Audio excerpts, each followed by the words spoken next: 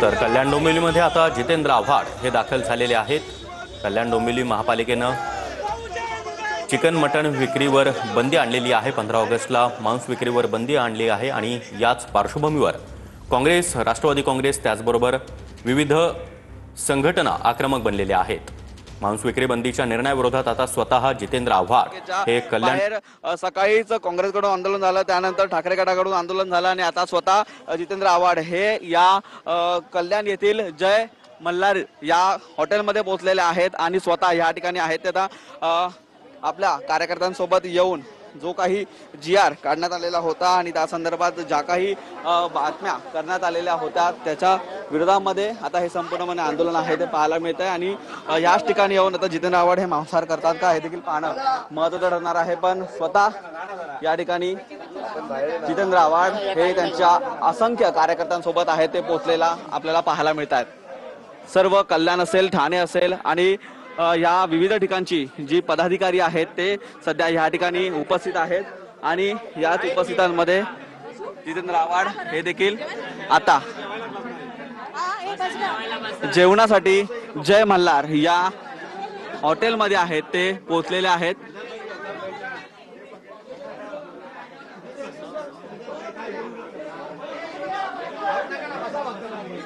निखिल तू इथंच राहिला चल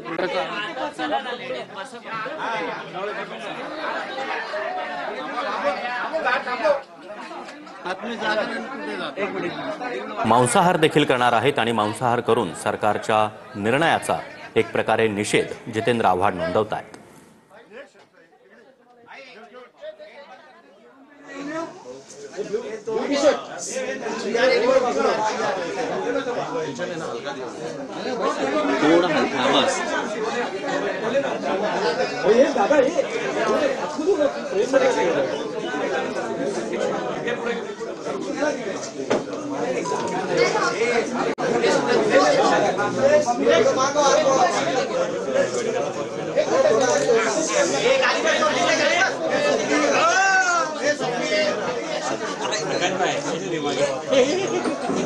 हा एक फोटो काढून ठेवले समोर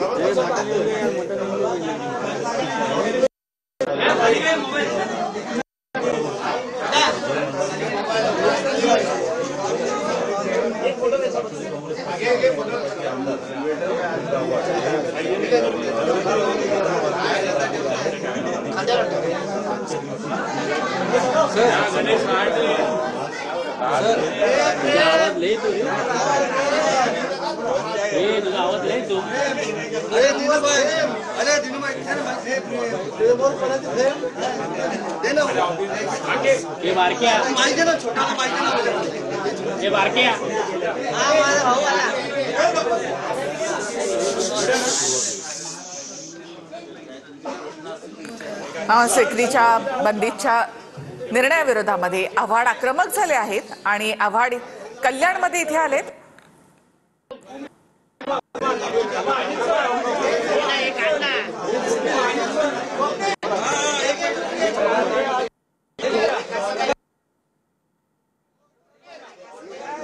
ऑगस्टला कत्तलखाने बंद असा निर्णय महापालिकेने घेतला। सगळ्यात आधी निर्णय हा कल्याण डोंबिवली महापालिकेने घेतलेला होता।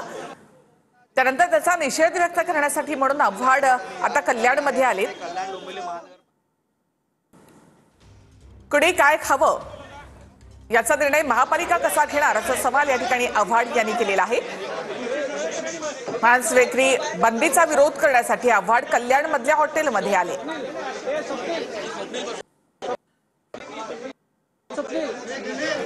आणि ते मांसाहार करणारच असं आव्हाड यांनी म्हटलेलं होतं।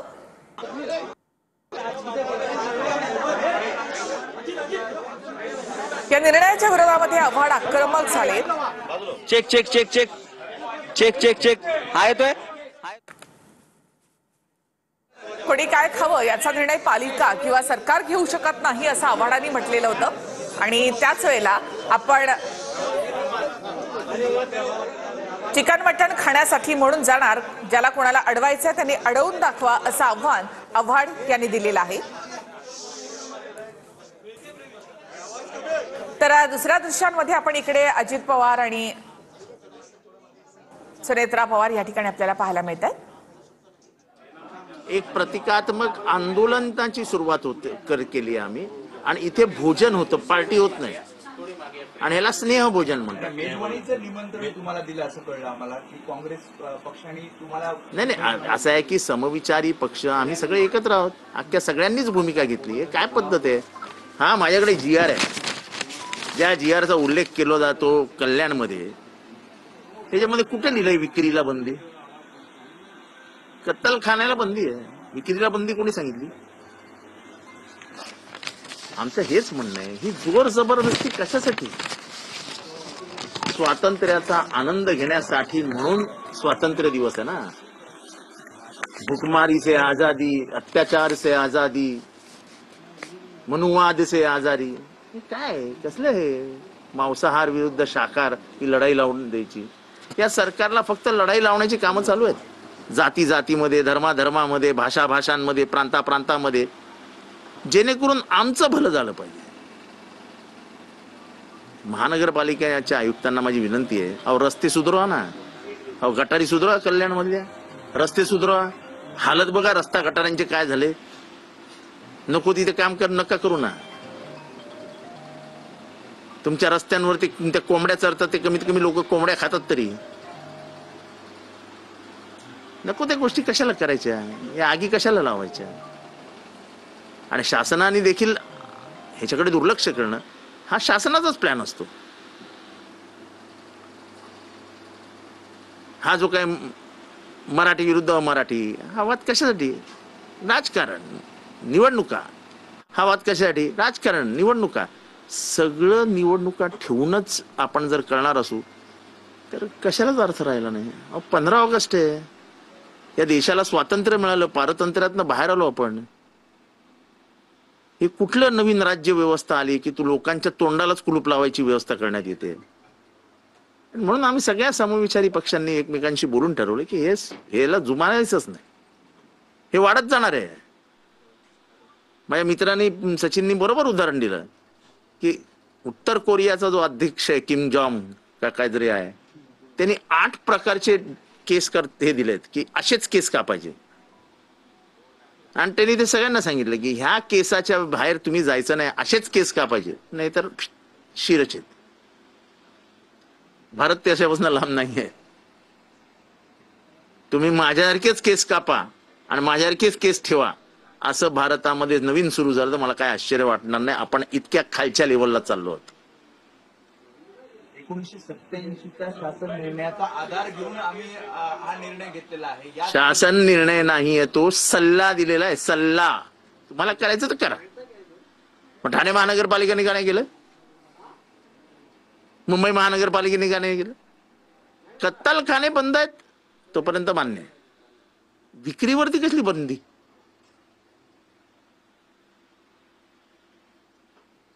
आणि सकाळपासून कार्यकर्त्यांच्या घरात घुसून त्यांना दाबून ठेवलेले. अरे काय काय चालूलंय? म्हणजे 15 ऑगस्टच्या दिवशीही कार्यकर्त्यांच्या घरात जाऊन पोलीस बसतात आणि बाहेर जायचं नाही, नाही तर अटक करू. हे काय चालवलंय? काय ते काय अतिरेकी आहेत आमचे कार्यकर्ते?